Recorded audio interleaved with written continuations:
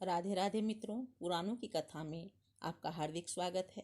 आज पुराणों की कथा में महाराज भीष्म और महर्षि पुलस्त्य के संवाद का वर्णन करूंगी, जिसमें महाराज भीष्म महर्षि पुलस्त्य से यह प्रश्न करते हैं कि मनुष्य किस कर्म के परिणाम से प्रेत योनि में जाता है तथा किस कर्म के द्वारा वह उससे छुटकारा पाता है, यह मुझे बतलाने की कृपा कीजिए।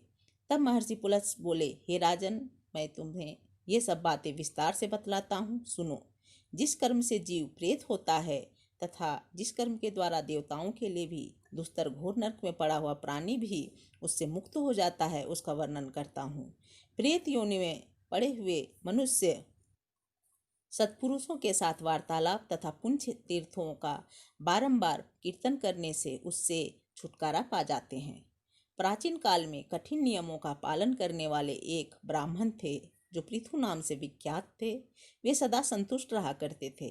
उन्हें योग का ज्ञान था। वे प्रतिदिन स्वाध्याय, होम और जप यज्ञ में संलग्न रहते थे। उन्हें परमात्मा के तत्व का बोध था।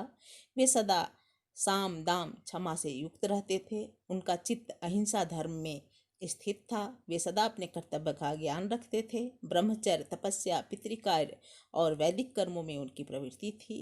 वे परलोक का भय मानते और सत्य भाषण में रत रहते थे। सुख दुख आदि संपूर्ण द्वंद्वों का परित्याग करने के लिए सदा योगाभ्यास में तत्पर रहते थे। इस प्रकार संसार को जीतने की इच्छा से वे सदा शुभ कर्म का अनुष्ठान किया करते थे। ब्राह्मण देवता को वन में निवास करते अनेकों वर्ष व्यतीत हो गए। एक बार उनका ऐसा विचार हुआ कि मैं तीर्थ यात्रा करूं, तीर्थों का पावन जल से अपने शरीर को पवित्र बनाऊं। ऐसा सोचकर उन्होंने सूर्योदय के समय शुद्ध चित्त से पुष्कर तीर्थ में स्नान किया। गायत्री मंत्र का जप तथा नमस्कार करके यात्रा के लिए चल पड़े। जाते जाते एक जंगल के बीच कंटकाकीर्ण भूमि में जहाँ न पानी था न वृक्ष, वहां पर उन्होंने अपने सामने 5 पुरुषों को खड़े देखा जो बड़े ही भयंकर थे। उन विकट आकार तथा पापपूर्ण दृष्टि वाले अत्यंत घोर प्रेतों को देखकर उनके हृदय में कुछ भय का संचार हो आया। फिर भी वे निश्चल भाव से खड़े रहे और मधुर शब्दों में पूछा, हे विकराल मुख वाले प्राणियों, तुम लोग कौन हो? किसके द्वारा कौन सा ऐसा कर्म बन गया है जिससे तुम्हें इस विकृत रूप की प्राप्ति हुई है? तब प्रेतों ने कहा, हम भूख प्यास और से पीड़ित सर्वदा महान दुखों से घिरे रहते हैं। हमारा ज्ञान और विवेक नष्ट हो गया है। हम सभी अचेत हो रहे हैं। हमें इतना भी ज्ञान नहीं है कि कौन दिशा किस ओर है। यह तो दुख की बात है। वी सुख इतना ही है कि सूर्योदय देखकर हमें प्रभात सा प्रतीत हो रहा है। हम में से एक का नाम पर्युषित है, दूसरे का नाम सूचिमुख है, तीसरे का नाम शीघ्रग है, चौथे का रोधक और 5वें का लेखक है। तब ब्राह्मण देवता ने पूछा, तुम्हारे ये काम नाम कैसे पड़ गए? तब प्रेतों में से एक ने कहा, मैं सदा स्वादिष्ट भोजन किया करता था और ब्राह्मणों को पर्युषित बासी अन्न देता था, इस कारण मेरा नाम पर्युषित पड़ा। मेरे इस साथी ने अन्न आदि के अभिलाषी बहुत से ब्राह्मणों की हिंसा की है, इसलिए इसका नाम सूचिमुख पड़ा है। तीसरा प्रेत भूखे ब्राह्मण के याचना करने पर शीघ्रतापूर्वक वहां से चला जाता था, इस कारण इसका नाम शीघ्रक पड़ा। यह चौथा प्रेत ब्राह्मणों को देने के भय से उद्विग्न होकर सदा अपने घर पर ही स्वादिष्ट भोजन करता था, इसलिए इसका नाम रोधक पड़ा। हम लोगों में सबसे बड़ा पापी जो यह 5वां प्रेत है, यह ब्राह्मणों के याचना करने पर चुपचाप खड़ा रहता था या धरती कुरेदने लगता था, इसलिए इसका नाम लेखक पड़ा। लेखक बड़ा कठिनाई से चलता है। रोधक को सिर नीचा करके चलना पड़ता है। शीघ्र पंगु हो गया है। सूचिमुख का सुई के समान मुख हो गया है तथा मुझ पर्युषित की गर्दन लंबी और पेट बड़ा हो गया है। यही हमारे प्रेत योनि में आने का वृत्तांत है। तब ब्राह्मण देवता बोले, इस पृथ्वी पर जितने भी जीव रहते हैं सबकी स्थिति आहार पर ही निर्भर है, अतः तुम प्रेत लोगों का भी आहार जानना चाहता हूँ। तब उस समय प्रेत बोले, हमारे आहार की बात सुनिए। हम लोगों का आहार सब प्राणियों के लिए निंदित है, आप सुनकर निंदा करेंगे। बलगम, पेशाब, पाखाना, शरीर का मैल, इन्हीं से प्रेतों का भोजन चलता है।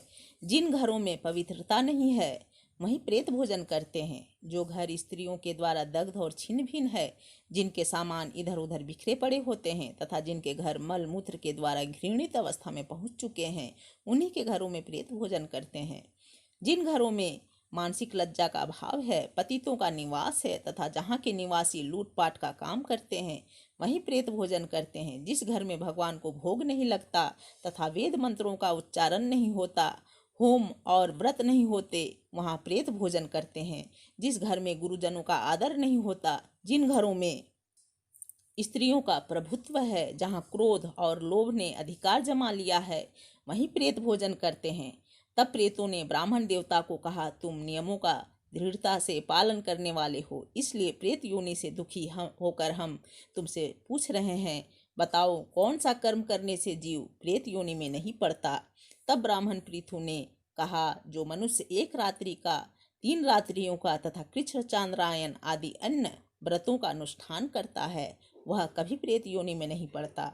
जो प्रतिदिन 3, 5 या 1 अग्नि का सेवन करता है तथा जिसके हृदय में संपूर्ण प्राणियों के प्रति दया भरी रहती है, वह मनुष्य प्रेत नहीं होता।